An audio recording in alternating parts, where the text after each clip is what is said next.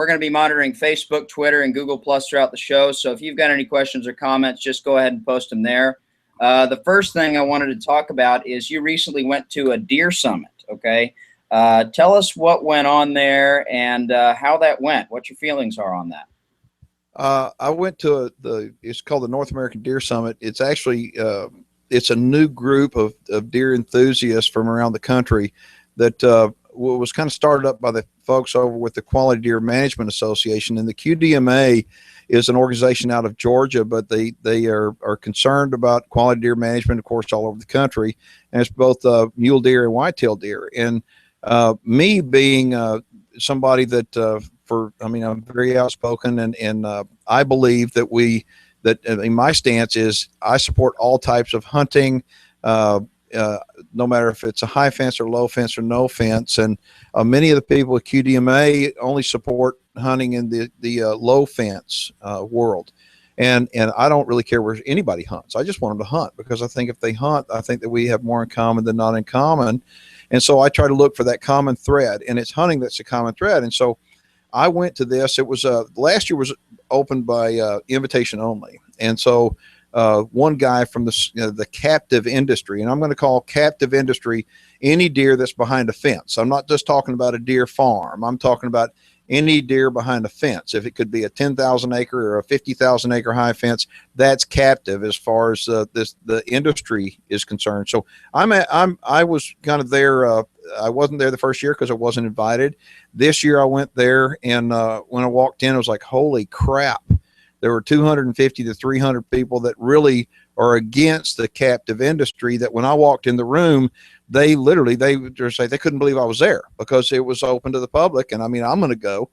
And so I wound up, I went, and by the time it was all said and done, literally every person with QDMA that I thought had a problem with me, at least they had enough respect for me coming. They come up, shook my hand. They told me, thank you. And as a matter of fact, some of them were actually telling other members, you need to listen to what this guy is saying, because I think it's important. If we're going to be making decisions upon important things like wildlife management issues and private property ownership, it's important to hear both sides of the story and not go after just one side. So anyway, I was there just as a participant and just paying attention and hopefully representing the captive side. But I was very, very impressed with what's going on. And I encourage anybody, no matter where they are, what side of the fence they're on, if they're for whitetail deer or mule deer, they need to be involved in this. It's a good thing. Sure. And don't you think the lesson is, deer farmers, people that are involved in the captive industry, they kind of have to get involved. They need to be proactive and engaged. So how many of those people there that you saw were actually deer farmers? None. Oh, and that's sad, because the way I look at it, I think that everybody at some point needs to step up and defend what they believe. Okay, stand up. And I went on my own time and money over there, and it costs a lot of time and a lot of money to go. But I believe in what I believe in, and I'm going representing Keith Warren, and hopefully I'm representing many deer farmers out there and many people from the captive side that just didn't have the resources and time or money to go. But it would be nice to not been the lone stranger out there, you know. I mean, I was all by myself. The executive director for NADEFA, the North American Deer Farmers, he was there. A fellow cervid farmer, wildlife manager from Texas named Warren Blunster. Warren was there and did a good job. But other than that, I was the only guy. And so it was very frustrating. But I think that next year, if people will come, I mean, I'd love them to come, and I think they'll walk away from it having mutual respect for the QDMA. I think that they're good people. They just need to hear from a different side, and they need to listen to us. Right. And when people start talking, when both sides start engaging instead of being on the defensive all the time, I think we have a lot more in common with people in the QDMA than many of us are led to believe. Well, you know, they think, people say I'm polarizing, and I think I'm anything but polarizing. I want to talk about the white elephant many times that most people won't talk about. I mean, I believe that what we need to do is, as an industry, we really need to sit back and as a sportsman, really think about what we're going to do before we do it. In other words, if we're going to vote against crossbows, we have to think, what is that going to do? I mean, what is it going to do? I mean, don't we live in America where people should have the freedom to be able to do what they, hunt how they want? And if somebody wants to hunt with a crossbow or a luminoc or, I mean, what's wrong with that? I mean, Colorado recently made it legal to hunt with a luminoc. And I think, boy, that's really good because they just made it legal to smoke dope too. But I mean, isn't it amazing that in a state that literally it was illegal to use a luminoc as a bow hunter, but it was legal to light up, baby, and have a doobie anytime you wanted one. It is pretty crazy. And it's like with a luminoc, to me, it's a no-brainer. That's a tool that helps you become a better shooter, helps you become a better hunter. You can develop better habits, and you can look and immediately know whether or not you made a good shot. And I mean, the bows that we're shooting today are so quick, you almost have to have a luminoc. Well, and for video purposes too. I mean, it does a really good job for us. I mean, it helps us be able to verify exactly where we hit and be able to make a decision on how, when to try to attempt to make a recovery. So, but anyway, no, the deer summit was great. And for me, it's they were talking about three different things. First off, the first thing they're talking about is deer. All right. And I am real passionate about deer, as with 250, 300 people there. The next thing they're talking about diversity. Okay. They want diversity in their group and they want unity. And those three things are like those were new topics that they brought up. These are the three things we want to do: deer, diversity, and unity. And I'm thinking that's all I've been forever. I mean, I'm diverse, man. I hunt everything from rats with a Gammo air rifle to Cape buffalo. I mean, I do everything in between. I mean, next week we'll be in Africa, and I plan to do a rhino hunt. And so, I mean, I do it all. And, so I bring the diversity, but I also bring unity. I'm trying to get everybody, whether you're a squirrel hunter or whether you're a turkey hunter, ducks or bucks, it doesn't make any difference for me. I mean, if you're a hunter, I'm for you. So I want to unify everybody regardless of what they go after, because we are all in it for the hunt. And it's because of the joy of the hunt. Right. So as you mentioned, we're going to Africa next week. It's the second time we'll be going with this outfitter, Hunters Hill Safaris in South Africa. Talk to us a little bit about that, how it went last year. We still got shows that are airing from that.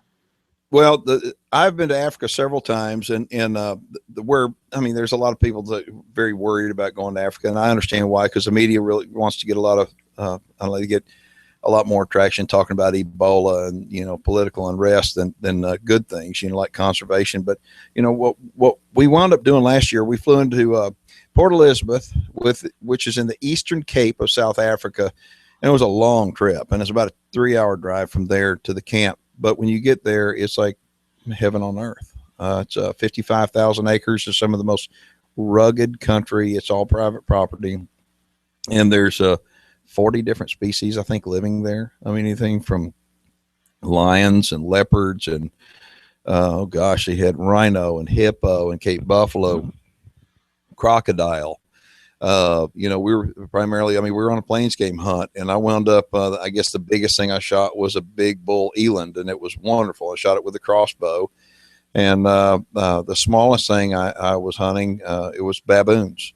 And I enjoyed baboons just as much as I enjoyed hunting the big stuff. It's like hunting a big prairie dog. We had a good time doing that. Well, I'm telling, we have not shown this yet on TV yet, but when we do, boy, you talk about the animal rights people are getting really ticked off about this one. The baboons, I don't know anybody viewing this right now. I don't know if anybody's ever hunted baboons, but if you haven't, it's like the coolest deal, at least for me it is. They really are smart. Really smart. Well, we tricked these guys, and there was a great big one we were trying to get. It was big. And I was shooting a crossbow, and we were sitting in a dugout blind, and we tricked this dude. He came in and when he walked over there, we were using oranges for bait. Now the oranges were using old citrus, and we got all this on video, and he walks over there and he picks up an orange, puts it underneath his arm, and in his armpit picks up another orange, and he kind of walks around. Hey man, look what I got. And he stopped 15 yards in front of the blind, squats down on his butt with his knees up over his shoulders like this. And he puts that orange right here, and he's picking it like this. And it's amazing how fast a baboon can pick an orange. And they got little fingernails, picking it, and all of a sudden he went. And he's looking right at me, and I shot the arrow. You can see the luminoc enter the orange and go right through his heart. And he takes off and made it about 40 yards, and it was just so fine. And so anyway, when that airs on TV, I'm sure that, it's going to be yes, that's great, but there's going to be some people that don't think that's so great too. Yeah, yeah, that was really a cool experience. So, tell them about what we're hunting this time and kind of what we're hoping to accomplish. Well, the biggest thing we're going to hunt this time is a rhino, and Yeah. these are white rhinos, and they're big and really big. So anyway, but we're not gonna kill one. We're gonna actually hunt one with a dart gun. We've got a new dart gun over there with some super drugs, and what we're doing, we're gonna hunt them just like we would a regular hunt if we had a centerfire rifle. And but instead of killing one, we're going to dart it. They're going to do some medical testing on it, and they're going to worm it and do some things that need to be done, proceed medically, do a medical procedure on it, and then they'll reverse it, and we're going to show the whole process on video. And I think, how cool is that to be able to go and hunt an animal that is prehistoric like? I mean, we saw some last time we were over there, and they're so big that words can't describe it. And to be able to put a dart, I mean, a little bitty dart that's about 3 inches long in it, and it has to be well placed, to be able to put it in there and within a matter of minutes have that gigantic animal on the ground asleep. Of course, we'll have veterinarians attending and doing the right thing to make sure they monitor all the vitals and make sure he's okay. But it's going to be something I've been looking forward to for a year now. Sure. And we're also going to be bringing the crossbow again. And we actually have a question from a viewer here asking, what crossbow do you use? Okay. I use a dart and crossbow. I've been using the Viper, and I'll tell you that I just got a brand new, it's a Rebel 135 from Darton. I've been shooting crossbows for 20 plus years on TV. I mean, I was shooting crossbows back on TV when I was getting consistently hate mail from people and threats from people that I was working for the quote, the $1 billion crossbow industry, because, oh my gosh, it was one of those deals that, you're shooting a crossbow, you doggone right. Well, I've shot them all. Okay. And I've had some of them blow off on me, literally. I mean, blow up in my face, some really good brands. But I've been shooting dart and equipment. And let me tell you something, this little bow they sent me, it's a Rebel 135. It is tight. It's very narrow. It's pretty short, and it is so smoking fast. You can't believe it. And so it is, and by the way, they're selling them so fast, they can't even make them fast enough. Because when people have shot these other brands out there and they pick up this one, it's like, wow. So it's lightweight. So what I like about it is if you're hunting in a blind, the Rebel 135 is a whole lot easier to use, because in a blind, you've got tight quarters typically, whether you're hunting in a pop-up tent type blind or you're hunting in a wooden shooting house. And when the limbs are cocked, a lot of times all the time the bow is going to be narrow, but you pull the trigger and the limbs go out. Many times it'll hit the side of the blind and it'll hurt the blind or it'll hurt your limbs. And so anyway, but the Rebel 135 is what I'm shooting, and I love it. Yeah, and one thing that really impressed me when you brought it out and we were shooting it is how lightweight it is. I think it clocks in at about 7.5 pounds. And you always talk about a crossbow as a recruitment and a retainment tool. Talk about how that weight plays into is a good factor there when looking at what crossbow you want to shoot. I was in Cabela's the other day, and Cabela's got a whole stable of crossbows. They didn't have Darton, by the way, but they had a whole stable full of crossbows. And I'm looking at them, I'm thinking, these suckers are expensive. I mean, they're really pricey. Okay, but you know what? With some of this equipment now, it's not the equipment that was being made 4 or 5 years ago. This is state-of-the-art stuff. But the Darton is different, because the Darton, if you held it up side by side, this little Rebel 135 is smaller and more compact. And so when I talk about it's a recruitment and a retainment tool. The reason why I say it like that is that to recruit people into hunting, okay, we need all the help we can get, because hunters, I mean, we don't have a lot of hunters. Okay, we need whatever tools we can get. So if the crossbow is something that helps more people get into hunting, giddy up. I'm for it. Okay, it is a very lethal way to hunt. It's very effective. I mean, it's accurate. You still got to be quiet. You still got to worry about shot placement and all the things that you'd have to do with the vertical bow. Matter of fact, you won't hunt with a crossbow as far as you can with a vertical bow. You just can't, because the reason why is the crossbow is more noisy. The speed of sound is going to affect the animal. It's going to duck before the arrow gets there with a crossbow, where it won't happen with a vertical bow. So there's some good things and not so good things with a crossbow. But as far as a retainment tool, think about this. You get a bunch of old geezers that they get a wreck, or they can't pull their bow back anymore. Their shoulders, they just physically can't do it anymore, but they still want to go hunting. They still want to do it with an arrow. They can do that with a crossbow. And because it is so lightweight, it isn't as much of a fatigue situation on them as a lot of these old crossbows. Crossbows were made 2-3 years ago, pretty doggone heavy and pretty wide. So a guy that's trying to hold it in a tree, and he's out there, he's holding like a 4x4 sheet of plywood out in front of him. It's hard, but this little Rebel 135 is a sweet shooting crossbow. Okay, we got some more questions here. One from Mr. Brad Steele asking, how does the cost of hunts in Africa compare with typical whitetail hunts in the States? I think that's a great question. That is a great question. Okay. Oh boy.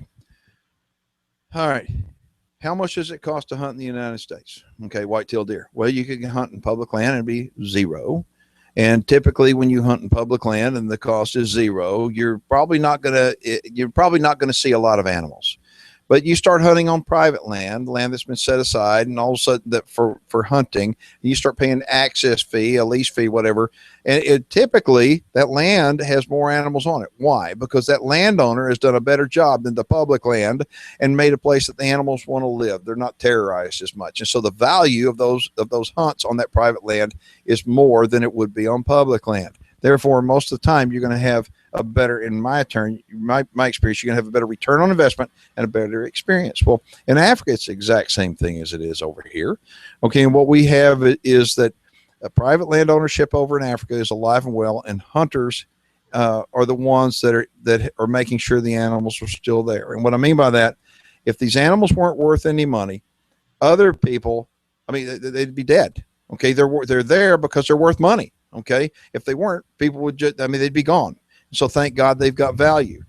Now, back to the question is, in Texas, I know that whitetail deer hunts can range anywhere from $5,000 and up to sometimes, $15,000, depending upon the property and the size of the animal. But let me just tell you, in an elk hunt out in New Mexico, I just booked a hunt this morning out in New Mexico out of Chama, is a $12,000 hunt is what they get.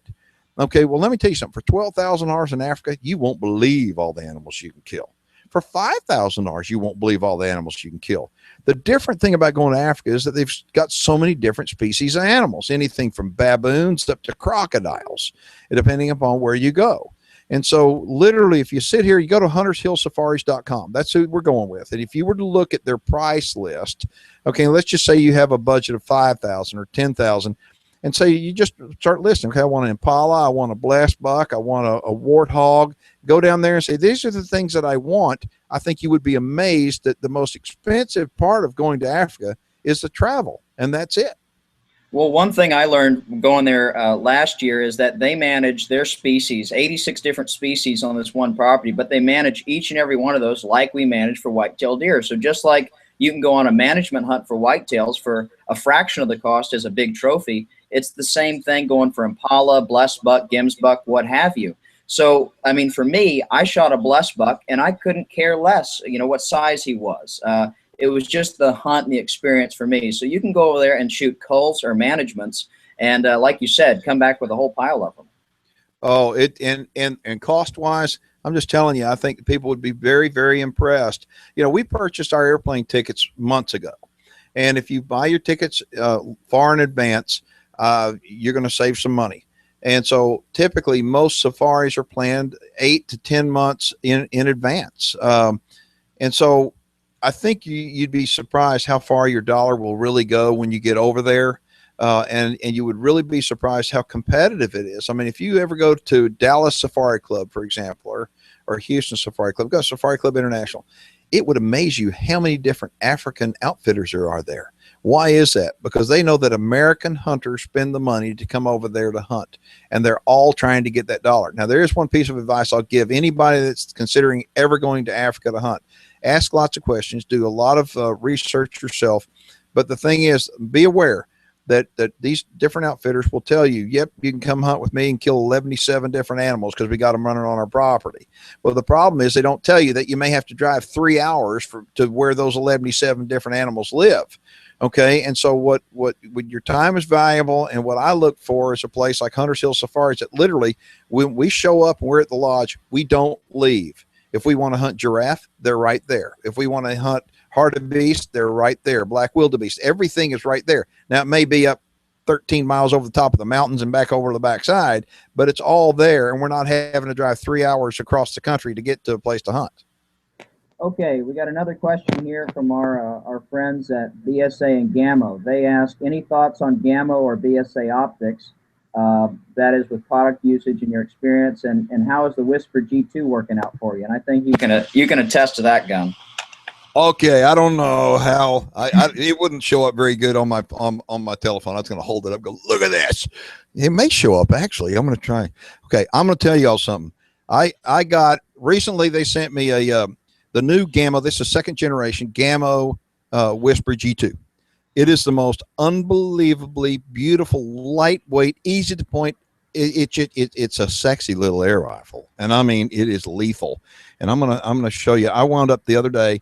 Went out. I mean, it's been raining real bad in Texas, but I went up the other day. Went out and sat up in a little pop-up blind. I don't know if you can see this or not, but that right there, 22 yards away, I put it right in the brain of both these guys, and I mean, it dropped them like a brick. I mean, it's so this is the Whisper G2. It is. It's literally it's unbelievable, and they've now come up with a new air rifle, the Coyote. I haven't shot it yet, but they're going to send me one, and so I'm going to give that a try. But the BSA, I do want to talk about that a little bit.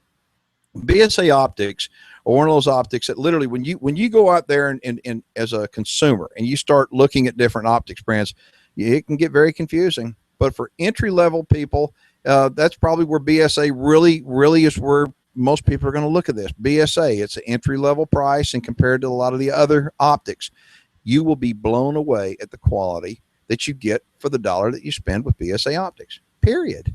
I mean, I've gone to too many long distance shooting schools, and I'm sitting next to a guy that's got a scope that costs literally $25 times more than my scope. And I'm out shooting him at 700 yards, 1,000 yards. It pisses them off, to be perfectly honest with you. I mean, it pisses them off. And the thing about it is, I'm trying to tell them, you know what, the stuff's good. Don't look down on this stuff because it's not very expensive. You know, because this stuff right here in the right hands, it will perform like crazy. Well, yeah, and it's really like you always talk about. It's about value. For your dollar, you probably can't get a better scope than a BSA. And we've been shooting the Majestics for a long time. They just came out with the Prevo, and that's actually the one that we're going to take with us on our safari. Yeah, the Prevo, I'm looking forward to using that. Haven't shot it yet. I mean, we're going to go out this afternoon and sight the 270 in, make sure that it's still on. But BSA it's a great company. The products that they come up with, I think I would encourage anybody, before you go out and you spend a lot of money on optics, just stop, go to bsaoptics.com and just take a look at the different products they have and just consider it, because I give you my word, you will be surprised for the dollar you spend, the return that you're going to get. I think you're going to be very impressed.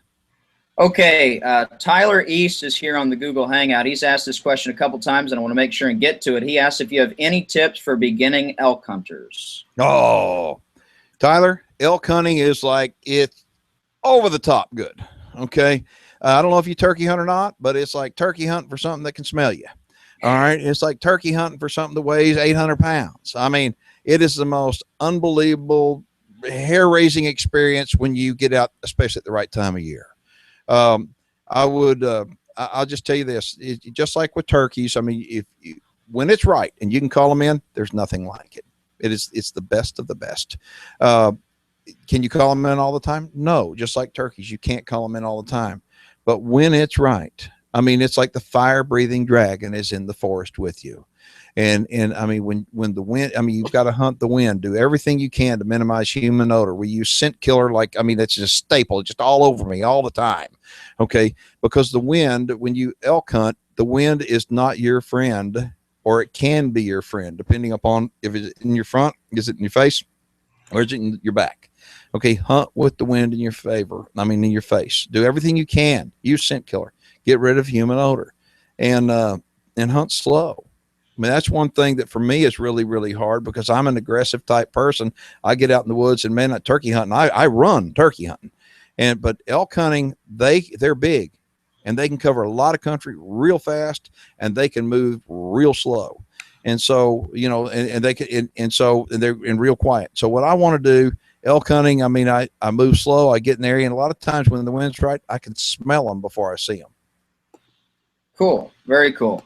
We got another question here. Let me pull it up. From Preston Hagee. Hi, Keith. Great to see you doing a Google Hangout. Question. I hunt with a modern sporting rifle, a SCAR 17. What can we do to help promote hunting in Texas with this type of firearm, like a black gun, AR-15, AK-47? Thank you. Oh, good question. Get more people to do it. You become an ambassador to shooting and hunting. Take your rifle and your friends that have rifles like that, and go to find a youth group. Go find some scouts that would like to maybe go out and get a merit badge. Okay, go to somebody the Texas Youth Hunting Program through the Texas Wildlife Association, and try to introduce people to hunting with these different products. I mean, that's the one thing. I mean, I think a lot of sportsmen will wind up, say, why doesn't this happen? Well, whether it's getting somebody to hunt with a black gun or whatever, but I'm thinking why it doesn't happen is because you didn't do something to make it happen. Get off your butt and go make it happen. I mean, introduce your kids, your neighbors' kids, introduce somebody to it. And I think that it will grow.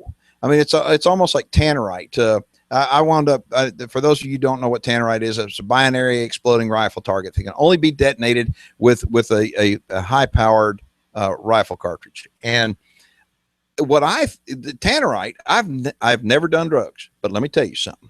Drugs could not be any better than tannerite. And so what I look at, tannerite is something that I get a lot of people started shooting, and they love shooting because it's instant gratification. We mix up the tannerite and put it down range. They shoot it, and boom! I mean, it's just unbelievable. And the report makes them feel that they were successful. And so they want to do it again. Well, so take them out with your black gun and let them shoot it and be successful. They'll want to do it again. And the key to all this stuff is making sure they have the right opportunity to go do it again. I just don't want somebody to go shooting for one time and that's it. Okay, we got another shooter. Right. Get them to do it over and over again. Great. Okay, we got another question here, and it's actually from somebody in Australia, Matthew Bibby. He has got an optics question. He says, I have a question about nighttime shooting. Is a larger objective lens, like a 50 millimeter, better for nighttime because it has more light gathering capability? Yes. Okay, the larger the objective lens at not the end that you put your eye against, the far end, the more opportunity it has to gather light. Right now we're in a full moon situation over here in Texas, and at nighttime with the 50 millimeter objective lens, I mean, I'm shooting the BSA Majestic with a 50 millimeter lens right now. I can see exceptionally well about 2 hours after dark in a field. I mean, exceptionally well. Okay. Now let's talk about it. So the answer to that question would be yes. But when hunting at night, we started using Armacite equipment here about 8 months ago, I guess it was. Armacite is the leading manufacturer of night vision and thermal vision equipment. And I'm just telling you, it takes hunting to the next level. It's with that night vision equipment, even if there's no moon at all, with these infrared illuminators, we can light it up out in front like a flashlight, and we can see exceptionally well. But with the thermal imaging, you can see everything. I mean, you can see 300, 400 yards away. You can see a field mouse or a raccoon or a hog or a deer. And we have taken so many animals with this Armacite equipment on video that we've hooked it up to cameras, and we're actually going to we're making shows now. Literally, we're editing shows right now so people can see what's going on at night. I think it would blow people's minds when they're out there in the daytime and they see whatever animals they see. At nighttime, holy smokes, it's like they come out under the cover of darkness, and so the Armacite equipment has really helped us. I'm really impressed by it because we've been using night vision stuff for years, and this stuff is not cheap, but it's still within the price range. It's still affordable for a lot of people because you were talking about that Armacite slip-on unit, and you can put that on literally any daytime hunting rifle you have, convert it into a nighttime hunting rifle, and you don't have to buy a separate rifle to equip it for night vision hunting. Well, that's right. And see, and that's one thing I think is so cool. I mean, let's face it. I mean, by the time you buy a rifle and you buy a scope and you get all the stuff, I mean, you got a lot of money tied up in it. Now all of a sudden you want to I want to go hunting at nighttime. I want a night vision unit. Well, Armacite has come up with a clip-on unit that on the standard bell of a rifle scope. You just attach this clip-on unit on it, and it's battery powered. You just put it on it. You can put an illuminator on it if you want, and it does not change zero. It goes on. Literally, I can put mine on in 5 seconds. I'm saying 10, just because, okay, it takes 10 seconds to do. And so what I'll wind up doing when I go hunting, I'm going to have in my backpack my Armasight clip-on unit. Okay, and if there are hogs in the area, rather than getting out right at dark out of the stand and just walking back, no, I know the hogs are going to come in after dark. That's when the hogs do their damage. Okay, right at dark, I mean, hunting time is over for deer, but guess what? I'm going to still hunt. I slide that Armasight unit right there on the end of the scope, and I hunt all night long if I want to. Yeah, I think it's really great because with the hunting pressure we've had with hogs, they've gone nocturnal, and it just gives you another dimension to hunting. It's just so fun, and it's really a challenging experience. Your heart starts racing, you get the adrenaline going. But I've got a couple extra viewer questions here that I want to get to. We've got one here from Kyle Garrity. He just got back from a week-long black bear hunt in Alaska. He filled 2 of his 2 tags and wants to know, what is your favorite thing to do with a black bear hide after it's been tanned? Oh, golly. I mean, rugs, I'll hang them up on the wall sometimes. I mean, put them over a banister on a stairwell. I like to do that. I love bear hunting. I absolutely love it. Last year I was fortunate enough to shoot a couple of really nice ones, and I got my first color face bear actually. And anyway, I'm having that one mounted over at Comel Taxidermy. They're doing that now, but bears are just cool animals, and now I've got to the point that the only bear that I'll really shoot is a special bear. I just don't want to go bear hunting. I'm going to hunt for either a really old bear or a nice color face bear. That's what I'm looking for, and because for me anymore, I've killed enough bears. Okay, I want to kill a special bear, and remember, it's all about the joy of the hunt. Sure. Brad has a great question here. He asks, what do you see as the emerging trends in the hunting world? Where is the future for the outdoorsman? Boy, great question. Emerging trends. We've seen in the last 4 or 5 years, maybe 6 or 8 years, I mean, a lot of women getting back into shooting. Okay. Right. Getting into shooting. And I think a lot of people are, I mean, that's great. It's great to see women involved in hunting and shooting. I think it would amaze people how many people are involved in shooting and not in hunting. I think that's a big thing. I mean, just because somebody shoots doesn't mean that they hunt, but somebody that hunts, guaranteed they shoot. And so what I see, the trend, what we need to do, we need to get more people that are shooting actually involved in hunting. And many times they don't know how to or where to go at all. And so I think as a hunter, what we need to do is have some outreach programs to go to those concealed carry classes that are around the country now, and try to invite those people to come over and participate and actually take them from shooters and turn them into hunters. Like I said, shooters aren't always hunters, but hunters are always shooters. So the trend with women getting involved in the outdoor industry, I think is wonderful. I think it allows us the opportunity to reach people that heretofore we haven't been able to reach. I mean, women, I mean, let's face it, they hang out in different places than guys do. They hang at soccer fields and restaurants and different places than what we do. And so their experiences with guns in hand and in a tree stand watching a deer, whatever, those experiences can be shared with people in those fields where they are, whether it's a soccer field or whether it's a dance club or gymnastics or whatever. They can be telling their girlfriend, man, that was so cool. I picked up a gun and I shot it and I really enjoyed it. And so I think what we need to do is try to encourage women to go out and be more disciples for hunting and for shooting, and get them to talk better about it. And I think we need to utilize them because they're going to reach people that we can't reach. Yeah, and another aspect of that, I think, is understanding the importance of outdoor media, looking at television shows and what message our hunting shows are sending about sportsmen. There are a lot of shows out there that, the whack 'em and stack 'em, kill 'em and grill 'em type thing that really appeal to sportsmen. But if somebody was just walking through an airport or thumbing through channels, it would probably repulse them. So maybe you could talk for a second about what we can do as people in the industry, whether you're just a hunter, not portraying yourself as a slob hunter, but as someone of ethics and starting as a conservationist.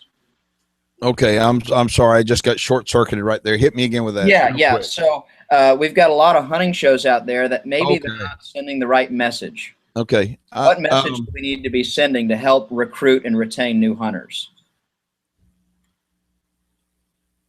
Hunting shows are something that it's hard for me. It's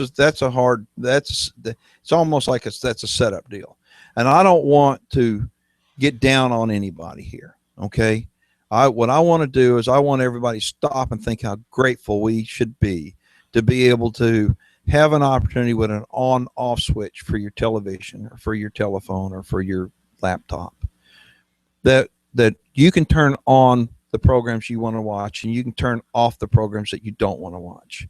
And I think that as sportsmen, what we must do as sportsmen is we must try to realize that we are a targeted group of people. We're the minority. Okay. And too many times these TV shows try to, I mean, let's face it, it's more entertainment than it is education. Okay. And they're trying to be as weird as they can be.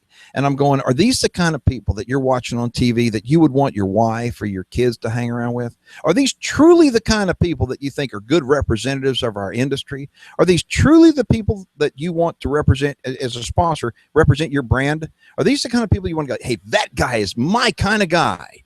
And I'm thinking that as an industry, we need to stop and we need to check and say, what are we really doing? What kind of image do we really want to portray to the public? Do we want to portray something that we stand over these animals and we just cheer and cheer? It's like, where's the respect? Where's the respect for the animal?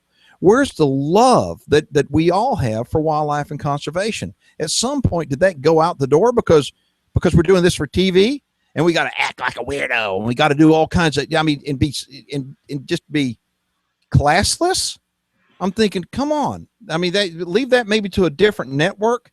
But as a hunter, I want to surround myself with people that love the outdoors, that love other hunters, that realize that we are the minority. And it's up to us to make sure that we protect the hunting for the future. And we need to maintain our integrity and honor in what we do. And remember, for me, it all goes back to the joy of the hunt. Yeah. Great. Okay, well, we got about 25 minutes left, so there's a couple topics here we've been getting a lot of questions on and comments on, so I want to get to, and one of which is fawns. We're fixing to start having fawns, and for the big game hunter, this is really an uneventful time of year. You can't hunt anything, and everybody's waiting, but for the deer farmer, this is a little bit different time of year. Talk about that. I don't know of anybody who doesn't like a baby deer, even the Bambi story. I mean, think about it. Maybe that's why whoever came out with Bambi made it a baby deer and not a baby, goat. I mean, come on. A deer is about the coolest thing there is. And a baby deer, how can you not love it? And they're hitting the deck everywhere right now. It takes 195 days, more or less, for a deer to hit the ground, okay, for a baby to hit the ground. So you count back when you see that first fawn on the ground, okay, if he's nimble-legged, he's fresh. But more than likely, you're not going to see one nimble-legged. You're going to see one already up, kind of running around. And if he's up running around, he's probably already a week or two old. But from the time he hit the ground, backdated 195 days, and that's when his mama was bred. So that's when she was in the rut, when that buck actually bred her. Newborn fawns, they can be, they're so cute, and it can be very tempting to, you see one, where's mama? Okay, I need to pick this up and take care of it. Don't do that. Mama knows exactly where she left that fawn, okay, and she will be back to get it. And by the way, it is illegal for you to do that, so leave it alone. But as a deer farmer, what's happening right now, we have fawns hitting the deck all over, okay? Again, 195 days. So you can pretty much plan it. And when they start hitting the deck, I mean, it is so exciting. I mean, you walk the pins every day. Without a doubt, for a deer farmer. Oh, because what happens now, well, as a deer farmer, what we wind up doing, most deer farmers are artificially inseminating now. Okay. So we pretty much know, okay, 195 days from the time that we inseminate, we're going to have babies on the ground. We follow up 21 days later and we'll put a cover buck in those pens. So what happens is about 195 days, you're going to have the AI babies on the ground. 4, 5, 6, 7 days on either side of 195 days. Okay. You're going to have those AI babies on the ground. But what's going to happen, because you put the cleanup buck in there 21 days later to breed whatever didn't get bred artificially, you're going to have those babies hitting the ground 21 days later. Okay, so as a deer farmer, we walk in the pens every single day, starting about 185, and look. And what will happen is these does. It's real simple to tell when they're fixing to have a baby. They'll get a fence against the fence, and they just walk back and forth. They're very, very uneasy. I mean, they're miserable. I mean, their bellies are huge and they're miserable. And when they have the babies, it's just awesome. I mean, they lay down, they squirt them out. I mean, and they get up. And I mean, it is the coolest thing. Do not touch one of these babies in the wild. Do not touch them. But as a deer farmer, if we're going to pick them up and bottle raise the doe fawns, what we wind up doing, we leave those fawns on their mama. I like to leave them on for 48 hours. And the reason why, I let the mama lick them off. I like to get them, they get the colostrum for their mama, which is needed to start their stomach, get everything going right. And then we will pull them off and start them on a bottle. But right now it's exciting. I mean, all the emphasis is really being put on the fawns, because when they're born, and they're born out of a certain doe, it's like, oh, my AI worked. So absolutely what kind of fawns you got. Okay. Because as a deer farmer, what we're trying to do is we're trying to grow the right deer. Anybody can grow a deer. We want to grow the right deer. So we put the right different combinations together genetically to get the outcome what we want. That's one of my favorite things on going on the road with deer and wildlife stories, is the animal husbandry aspect. Every deer farm does their fawn raising a little bit differently, and we've been able to learn the best practices by looking at what we like from this deer farm, what we kind of, probably wouldn't do or wouldn't work at our farm from another one, and put together what we really think would work. But I want to get to, we're kind of running out of time, got 15, 20 minutes left. We got a lot of questions rolling in, so I'd like to burn through some of those. We've got somebody who started their own YouTube channel, and they're wondering what kind of filming tips. They're filming their own hunts, want to know what kind of filming tips you have for them. And I think that's a good one. Well, what kind of filming tips? So first off, we always want to keep it real. We want to keep it real. We want to keep it safe. We want to keep it fun. Okay. And so I don't know what kind of stuff you're hunting. I don't know what you're trying to do, but if you're putting the stuff up on YouTube, you should be conscientious in how you're representing hunting and the species that you're going after. So make sure what you're doing is legal. Make sure that it's ethical. Make sure that you would be proud of other people if they started doing the exact same thing. And as far as cameras go, we started using ion point of view cameras a year ago. They are phenomenal. So if you want to have some stuff you're shooting of yourself that you're going to edit in, that's really nice. And there's so many different consumer grade cameras now you get for $400 that are shooting in full HD, that it's, as long as you have a tripod and you know how to compose a shot, it's pretty hard to mess up anymore. Yeah. Yeah. Well, it's cool. We've got people tuning in all over the world. We got people in the UK. We got someone from Brazil. We had Australia. So that's all good stuff. That's good. Let's see here. Kyle asks, he's in the process of purchasing his first bow. He wants to know, what are the 3 most important attributes or specs that you look for in a compound bow that you consider when purchasing a bow? So like, velocity, how quiet is the bow? What 3 factors would you look at in purchasing a bow? Carl, there's one thing that Kyle. Okay. Yeah. Here's the one thing that I would recommend you do.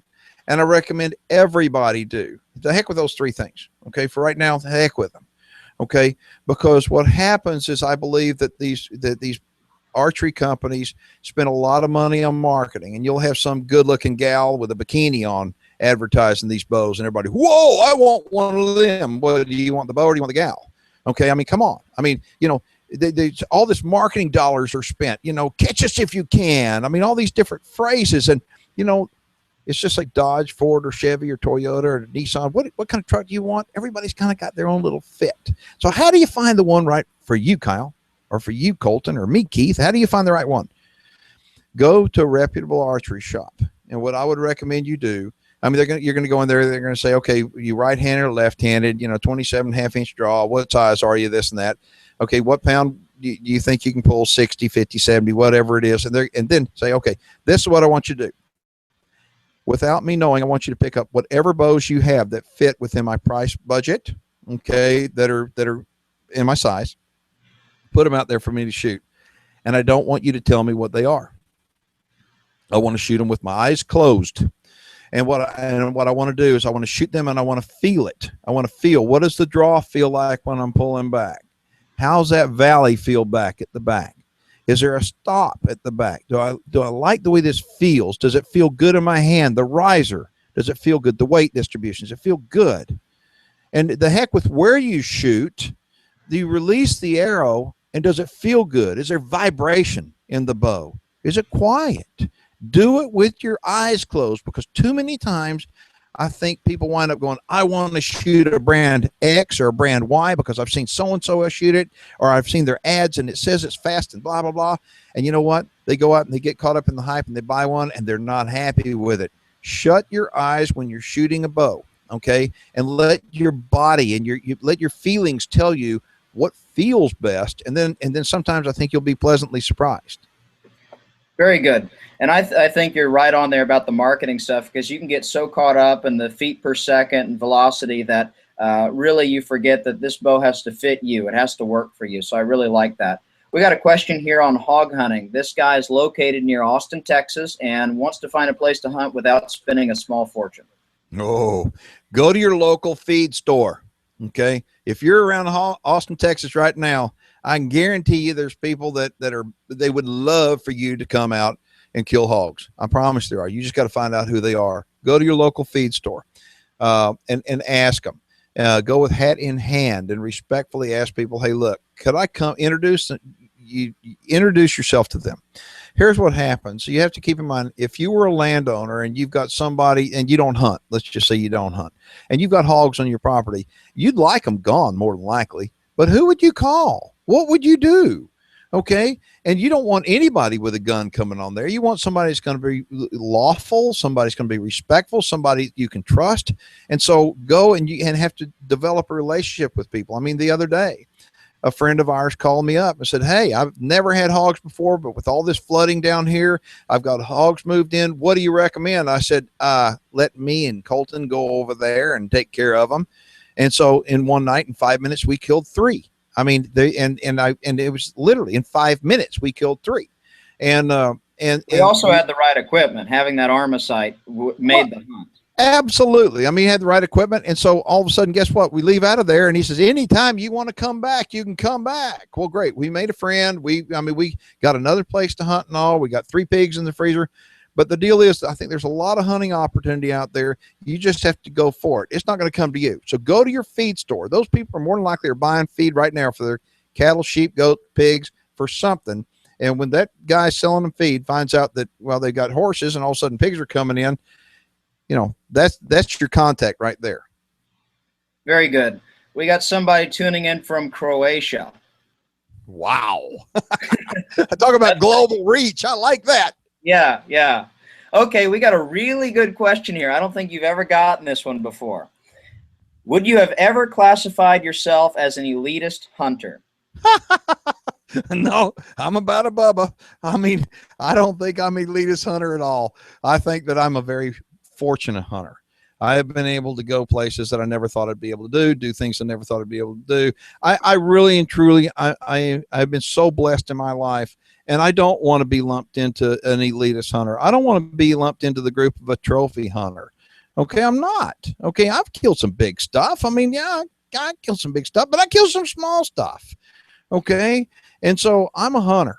I'm a dedicated, diehard hunter conservationist. And I'm not an elitist. Okay, now I will support the elitist hunter. And I'll try to get them. I'd be the guy tugging on her shoulder going, hey, kind of get off your high horse. Because you know what? There's people like to shoot rabbits and pigs and squirrels and hogs like me, But, hey, I like to shoot Cape Buffalo too. But I don't consider myself an elitist hunter at all. Great. Now, was there a time that you may have, like, for example, on game fences that you used to feel differently? Oh, yeah. It's amazing. 30 years ago, if somebody would have told me that I'm going to own a high fence ranch, I'd have said, humbug. If they said that, you know what, you're going to be a deer farmer and probably you're going to be one of the most well-known deer farmers in the world because you're going to be doing a TV show on deer farming, I'd say, no way, I'm against it. Well, what happened? Why did I change? Why I changed is because guess what? I learned, I listened, I paid attention to what the issues really are. I listened how people are struggling and taking a piece of property that they can't do anything on. And guess what? But it's good for a white-tailed deer farm. And so I looked at it, and I started looking at all these different things that people could do with their land. I started looking at private property owner rights, and there's excuse me for a minute. And what happened is it made me be aware that, you know what, there was more than one way to do something than the way I was doing it. Okay. I mean, different people have different issues. And so somebody may have 5,000 acres up out of Gillette, Wyoming, and there's nothing taller than this coffee cup out there because it's all the methane wells are up there and there's nothing up there. Okay. And 5,000 acres of nothing. Okay. Or you could have 500 acres of oak trees like out at our place. And I'm thinking, okay, it all has something to do with habitat. So animals have to have good habitat, and we have to manage different habitat differently. And so I started embracing all kinds of hunting. Great. Okay, well, we got about 7 or 8 minutes left here, and I want to roll through some questions. Evandro from Brazil writes, Keith, how can I keep hogs within my hunting perimeter? What kind of food can I use to attract them? Use corn and don't terrorize them very often. That's the best two things I can tell you. Pigs love corn, and pigs hate to be terrorized. So if you give them a nice, comfortable place to sleep and plenty to eat, go in there every once in a while and bust the crap out of them and leave them alone, I think you're going to find the pigs want to be there. Great. Okay, we've got one from Leon Kyle. He wants to know, what do you think of hunting in Saskatchewan? I love hunting in Saskatchewan. I'll be up there in September. I'm going to be doing a bear and a deer hunt, and I go every year, and that's one of my favorite hunts to look forward to annually. Great. Okay, we got somebody who he wants to know what you think of a Winchester Model 70 featherweight and 30-06. Giddy up. I wish I had one. They're really, really nice. I will tell you this. The last one I had was in 270, and you just need to find the right load. Okay, the right load that the gun likes. I mean, my 270 was absolutely as finicky as it could be.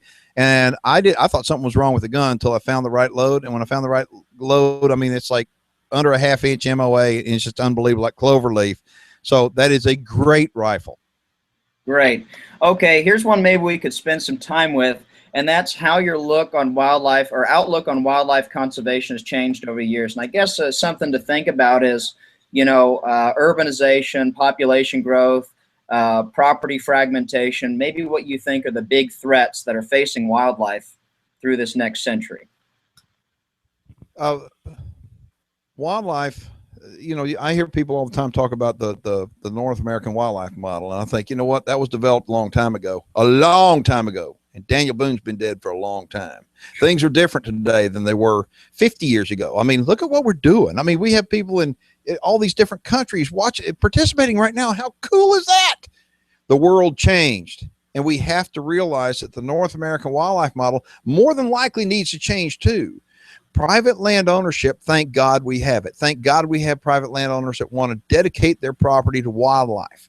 Consequently, they need to be the ones that are making decisions on that land for the wildlife. Too many times I see these conservation groups coming in, and they may care about sheep, but they don't care about elk or ducks or turkey. They care about only what they care about.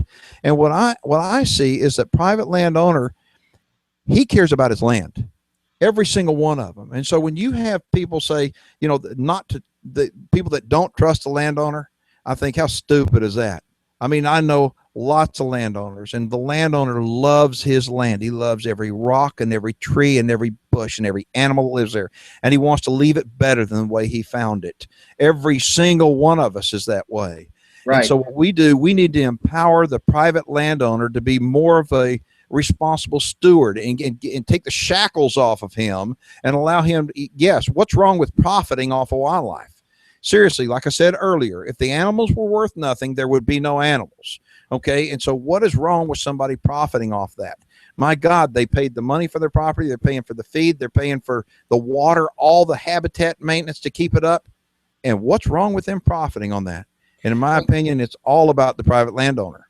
We talk about the profit motive and how good that is. I was talking the other day to some people about blackbuck antelope and the story of how they really went extinct. We talk about blackbuck, Dama gazelle, addax, oryx, all these species that were saved by hunters. Most people don't know that story. Maybe you could talk about that for a minute, going back to the 1960s. I don't think that we're doing a good job for as a hunter to reach out to the non-traditional people to hear our story. We're doing an awesome job, guys and gals. We really are, but we're not doing an awesome job letting people know we're doing an awesome job. So people that are in your neighborhood, people that are in your church, people in your civic organization that maybe don't hunt, camp, fish, reach out to those people and let them know that, you know what, it's us. It's the private landowner. It's the hunter, the guy that goes out there on the weekend and that when he lays in bed at night, he's got his magazine next to the nightstand. He's reading about that next hunt that he's going on. He's dreaming. It's us that are responsible for the abundant wildlife that we have in this country. And so I think we need to do a better job of outreach to people and telling our own story. Great.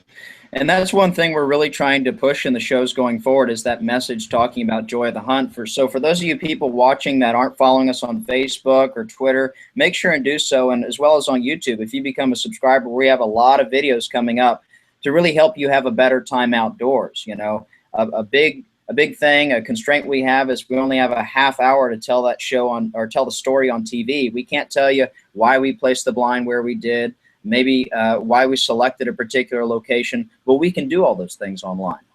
Yeah, we live in a world that everybody wants everything right now. Okay, they want a 5-year-old mature buck to walk by their stand right now. They don't realize it took 5 years for him to get that old. Okay, but they want him right now. Okay, well, on TV, everybody wants everything right now. We got to condense a week-long elk hunt into 23 minutes. Are you kidding me? What a disgrace.